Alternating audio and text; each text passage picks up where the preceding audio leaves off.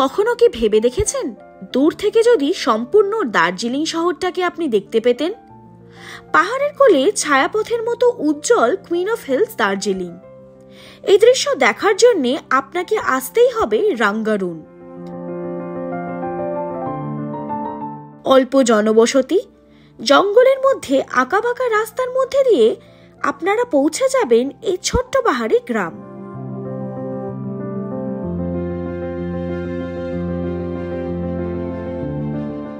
Hey guys, welcome back to YouTube channel The Bungalougist। আর আজকে আমরা চলে এসেছি একটা নতুন জায়গার সন্ধান নিয়ে এবং একটা নতুন অফবিট ডেস্টিনেশন নিয়ে।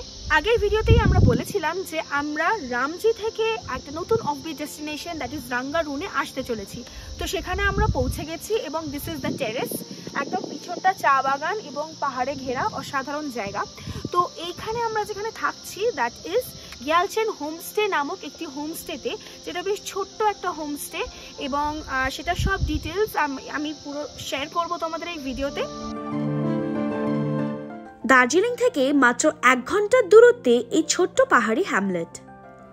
6000 ফুট উচ্চতায় এই পাহাড়ি গ্রাম থেকে আপনি দার্জিলিং এবং কাঞ্চনজঙ্ঘাকে একই ফ্রেমে রাখতে পারবেন।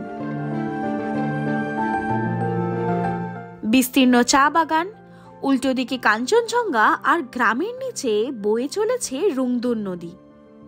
সব মিলিয়ে এক অন্যতম এক্সপিরিয়েন্স।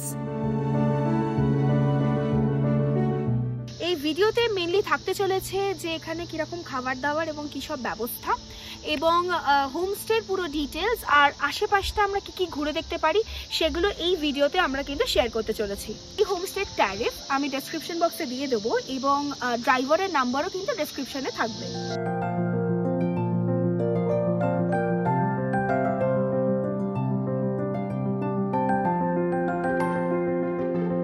এইগুলো হচ্ছে রুম, আর রুমের বাইরে এরকম একটা বারান্দা, বারান্দার এদিকে পুরো ভিউ। আর রুমটা চলুন একটু দেখি। ছোট রুম, ছিমছাম, উইন্ডো থেকে ভিউ আছে।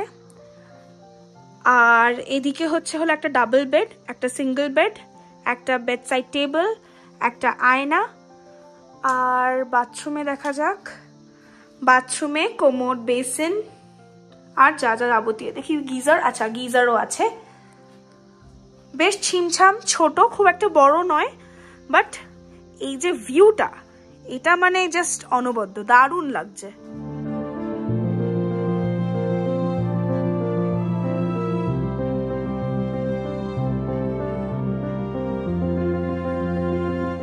দুপুরের লাঞ্চ সারার পর আমাদের গাইড দাদা একটা হাইকের ব্যাপারে বলল।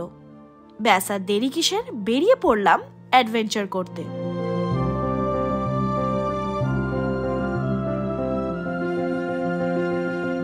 আমরা আমাদের হোমস্টে থেকে এখন রুংদুন বলে একটা নদী, যেটা এই রাঙ্গারুনের নিচ থেকেই বয়, তো সেখানে যাচ্ছি এবং ট্রেক করছি পুরো এইরকম একটা টি এস্টেট দিয়ে। মানে এত সুন্দর রাস্তা, পুরো এরকম চা বাগানের মাঝখান থেকে আমরা হেঁটে নিচে যাব রুংদুন রিভারে। ওই যে আমাদের গাইড দাদা আমাদের এভাবে নিয়ে যাচ্ছে।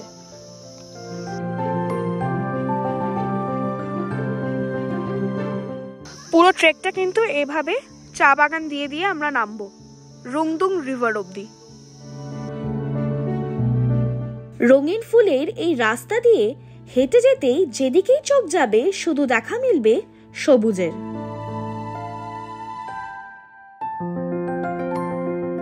রাস্তা কিন্তু বেশ ন্যারো, আর এরকম একদম সাইডের ভিউ আর ন্যারো, খুব একটা ভালো বলবো না বা চওড়া বলবো না রাস্তা। এবং দাদা বলল সামনে কিন্তু একটু খারাপ রাস্তাও রয়েছে, দেখা যাক কি হতে চলেছে।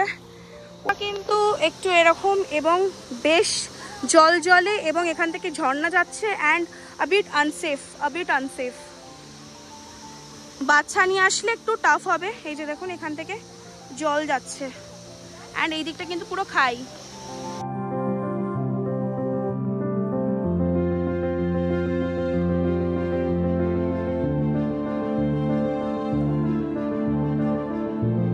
আমার বাড়ির লোক একটু এক্সেসিভ সাহসী, তাই আমার ছোট বোনকে নিয়ে আমার মামা এগিয়ে গেছে।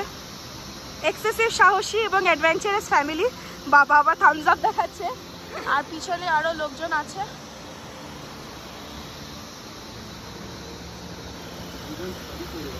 আর আমার দিদান শাড়ি পরে কিন্তু পুরো ট্রেকটা করছে।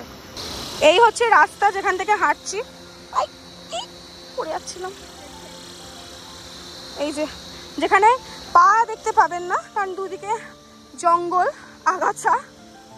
এই যে ফাইনালি একটু ভালো রাস্তায় বেরিয়েছি আমরা। ঝিল কেমন লাগছে পাপাই? চটকপুরের থেকেও ভালো, এটা অসাম, অনবদ্য,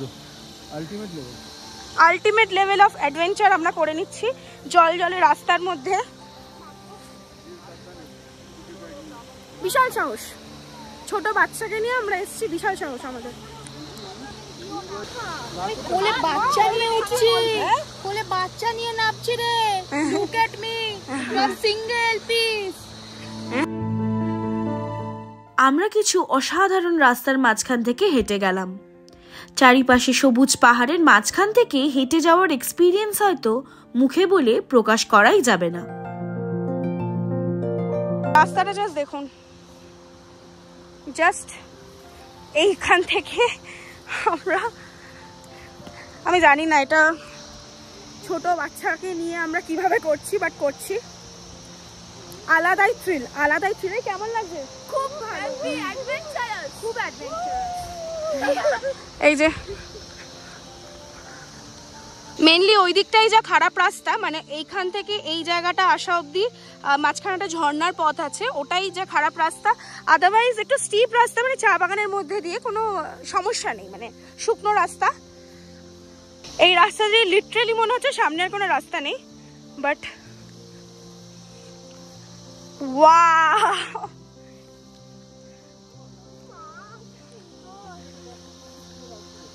আমার দিদা লিড করছে। উফ কি রাস্তা। দিশা কেমন লাগছে? খুব ভালো লাগছে, খুব অ্যাডভেঞ্চারাস লাগছে। দারুণ, সবাইকে একবার আসা উচিত এই ট্রেকে। হ্যাঁ,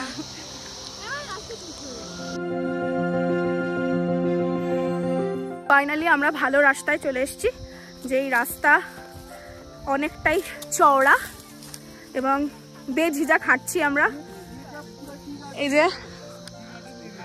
অনেকটাই চওড়া রাস্তা, বেশ মজা হচ্ছে এবারে। কিন্তু সব জ্যাকেট ফ্যাকেট পরে এসে গরমে মানে অবস্থা খারাপ। কেমন লাগছে? খুব খুব ভালো।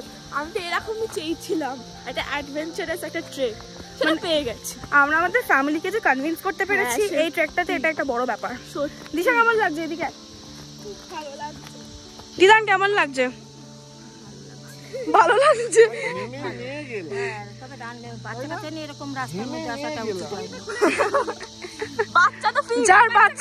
যার বাচ্চা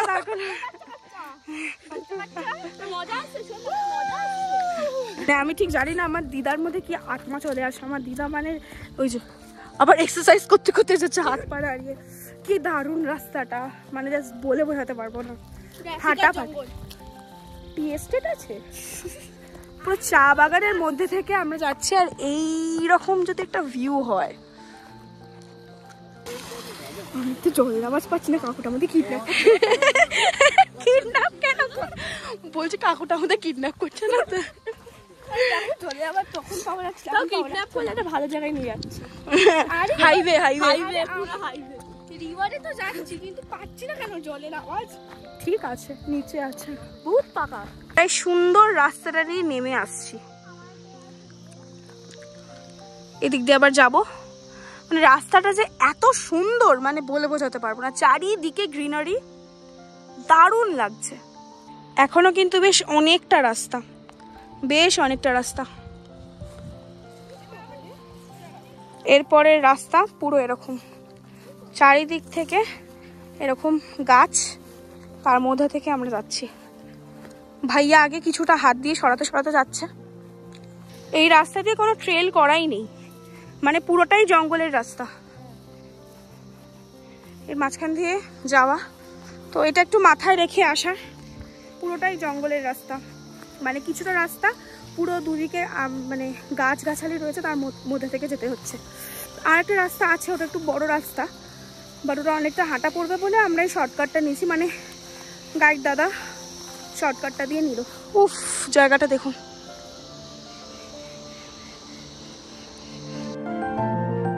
আমাদের রংদুন রিভার পৌঁছাতে বেশ দেরি হয়ে যায়, যার ফলে অন্ধকার নেমে আসে।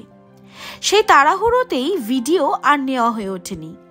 কিন্তু বলে রাখি, ডেস্টিনেশনটা থেকেও কিন্তু এই রাস্তা আরো সুন্দর ছিল। সন্ধেবেলা ফিরতে না ফিরতেই ছিল চা পকোড়া, আর রাতে ছিল ঘরোয়া চিকেন আর ভাত। টেস্ট কিন্তু দুর্দান্ত।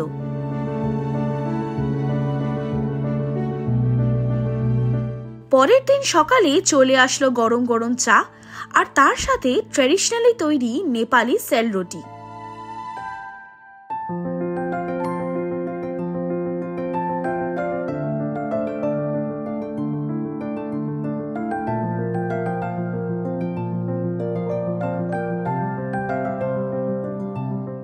এই জায়গাটা সেই সব মানুষদের জন্য উপযুক্ত যাদের নির্জন, নিরিবিলি এবং অফবিট জায়গা ঘুরতে ভালোবাসেন। ভিডিওটা ভালো লেগে থাকলে লাইক করতে আর চ্যানেলটাকে সাবস্ক্রাইব করতে কিন্তু ভুলবেন না। আর হ্যাঁ, একটা কমেন্ট কিন্তু করবেন অবশ্যই।